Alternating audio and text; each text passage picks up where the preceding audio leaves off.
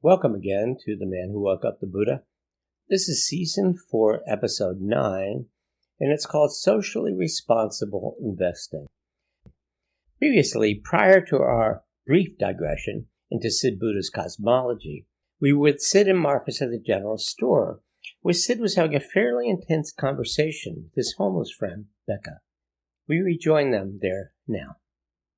Sid figured it cost him $50 to $100 to go into town for breakfast. First, there was his hot chocolate, $3. Hard-boiled egg, $1.25. Cinnamon Danish, $3.50. And a newspaper, $2. That equals $9.75. Call it an even 10. Sometimes he even had an egg sandwich, although that pushed his expenses into double digits.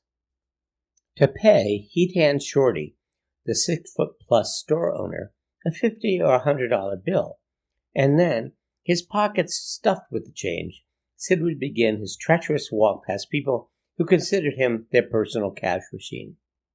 Since he went into town for breakfast 3 to 4 times a week, he figured it cost him $10,000 to $20,000 a year, which he considered a bargain, since he paid that much for his membership at the country club, and the people there weren't half as much fun to hang out with as Shorty and his friends on the street. "Let's go, Marcus. It's time to do some investing," Sid said, as he drained the last of his hot chocolate and rose regally, if gingerly, from his throne on the well-heated porch of the general store. "The markets don't open for another 20 minutes, Marcus pointed out, following closely behind Sid, who was weaving troublingly down the 3 steps to the sidewalk, as he tried simultaneously to button up his coat and put on his woolen hat. "Those aren't investments, that's gambling." By then the sun had come up and was shining brightly on the town common across the street. A dozen or so people were hanging out in and around the gazebo, smoking cigarettes, soaking up the sun, looking at their phones unless they'd been stolen the night before, and stamping their feet to get the circulation going. There had finally been a good-sized snowstorm a few days before, and the sidewalk was narrow between the snowbanks and buildings, so it was a little hard for Marcus to stay alongside Sid as they began walking, literally, as well as conversationally. "You put the singles in your left front pocket," Sid explained, as if describing his investment strategy. "The 5s go in your back left, 10s in the back right, and 20s in the front right, next to your wallet, which you should never take out, unless someone wants to get their best friend out on bail, or can't get their methadone because of some weird Medicaid thing, or needs to give someone gas money to take them to see a dying parent or a reasonable facsimile." "How do you know they aren't lying?" Marcus objected. "What difference does that make?" Sid asked, sounding almost quizzical. "True. What's important is to be a mirror so they can see themselves," the Buddha explained, in case anyone was listening. "What if they're using it to buy dope?" Marcus objected. "What difference does that make?" Sid asked, again sounding almost quizzical. "Well, don't you get karma if you give them money to buy dope?" "Marcus, first, I don't give the money for anything. I give them money because I feel called to do so," he said, putting on airs. "If you don't mind me putting on airs," he added. "Besides, if I get karma for giving money away, it's the $80,000 a year I pay in college tuition for Courtney so she can take economics classes to fill her head with ideas that are even more delusional than dope." "Yeah," Marcus pointed out, but not as deadly. "Don't be a buzzkill, Marcus." They both laughed, but for different reasons. "If you give alms, give the whole of yourself," the Buddha pointed out. "It's like this," it said. "Karma knows no rules. And we don't know nobody else's karma. Maybe I'm paying off karma for my past lifetime when I was an addict. Maybe they're paying off karma for some past life when they were an arrogant friend of the Buddha and thought people who did dope got karma. Present company included. No offense." "None taken," Marcus laughed. "How'd you come up with that one?" "I told him," the Buddha said. "The Buddha knows these things," Sid said. "But," Marcus said slowly, like he was thinking each word as he said it, "if you give the whole of yourself, do you still withhold judgment?" Sid stopped. The Buddha stopped. "Can't help you there," the Buddha acknowledged. You'll have to ask Zoe that one," Sid suggested hopefully. Hoping, that is, Marcus didn't realize he was stumped. "I think that other nice young woman, the one who talks in labyrinthine circles, that always get to the point," the Buddha thought, "might be the best person to ask." Actually, we should ask Sister, Sid said definitively. What, the Buddha doesn't know? Marcus asked, partly challenging, and partly like he'd realized there was no Santa Claus. Some things the Buddha knows without knowing, Sid answered quickly, as he started walking even more quickly. Look over there, he said to distract Marcus. Some things, the Buddha objected. Everything I know without knowing, he continued to himself. But Sid was already pointing at a small figure of indeterminate age and sex, sitting on the low wall of a fountain, a few yards from the gazebo reading a book. In the summer, the fountain had water shooting out from the two blowholes of a bowhead whale. That's Beth. She's always reading, Sid explained.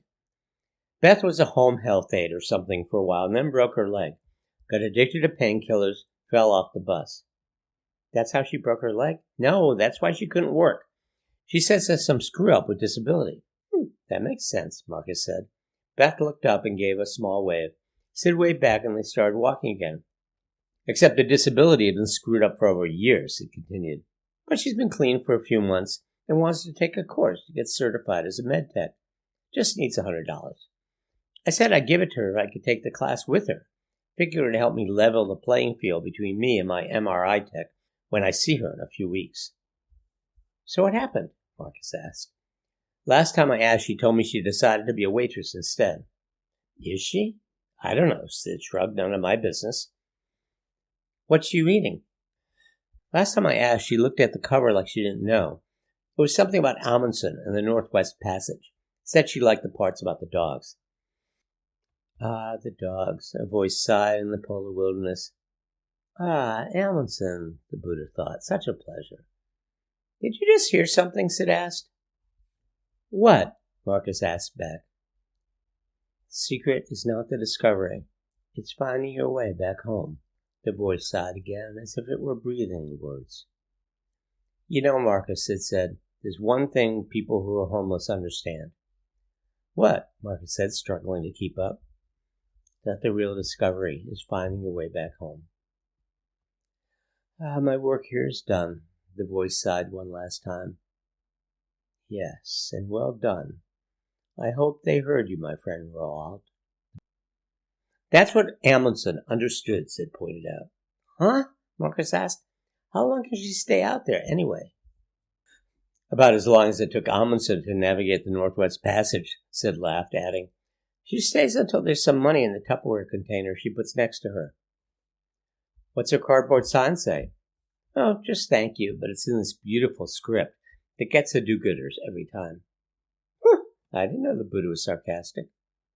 Well, sometimes it's a form of teaching. It wakes up the student to their lack of unconditional acceptance, the Buddha pointed out. Marcus, Sid stopped and turned to him. Sarcasm is a form of teaching in the hands of a master. What if she gets cold? Probably goes to the drop-in center. So are we going to go across the street and give her some money?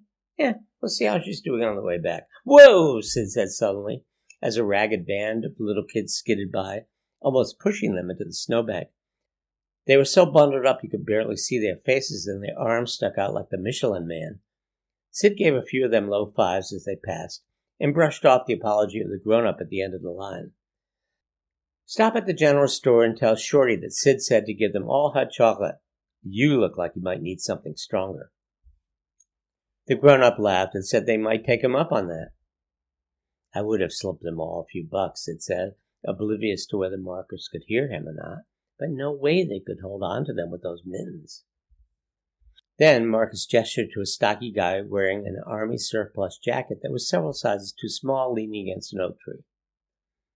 That's Danny, Sid explained. His wife is always in the hospital with some infection or other. She's as large as he's small, and they adore each other.